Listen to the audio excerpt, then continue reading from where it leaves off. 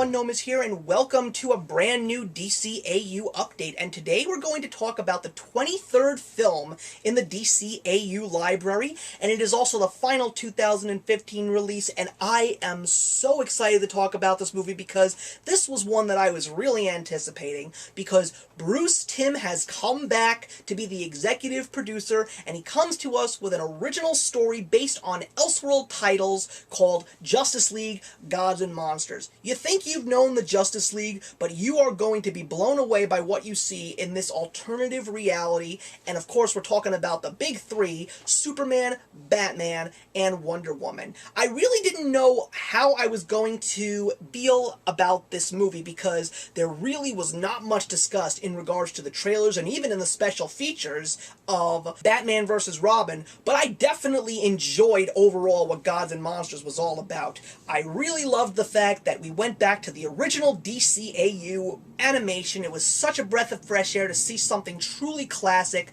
along with something entirely new. Bruce Timm just knows how to write a great story, and we got a very different story. It was very mature, it was like a crime-solving mystery, it involved a couple of interesting surprises, as well as a DC Universe character that we have not seen before, and that of course is William Magnus, and so it was very interesting to see this character finally brought into the DCAU, and I also appreciated the characters, even though I felt that it lacked a little bit in character development, besides the backstories, which were so well done, and more importantly, very strategically placed throughout the film. It was like you had no idea where they were going to show up.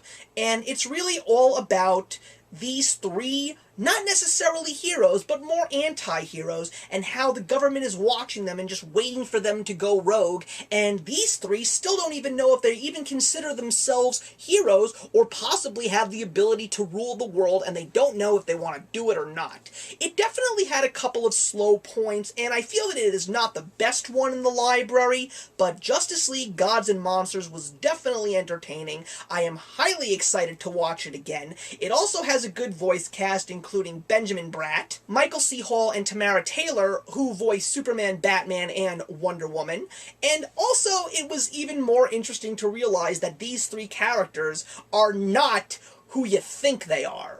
And that's all that I'm going to say about Justice League, Gods and Monsters. I highly suggest that you take a look at it, especially if you are a fan of anything that Bruce Timm has ever given us. This wraps up the 2015 video releases. I'm looking forward to the next one, even though it is part of a series that is not really appealing to me, and that, of course, is the Son of Batman story. They're bringing the third installment in, but there definitely are some big things coming next year in the DC direct-to-DVD library. One of them includes another adaptation of a great Batman graphic novel, and it's because of the fact that this one is coming out that a certain someone is returning to voice the Clown Prince of Crime. I'm looking forward to reviewing that when it finally comes to us, and I'll see you for another DCAU update in 2016. Actions speak louder than words.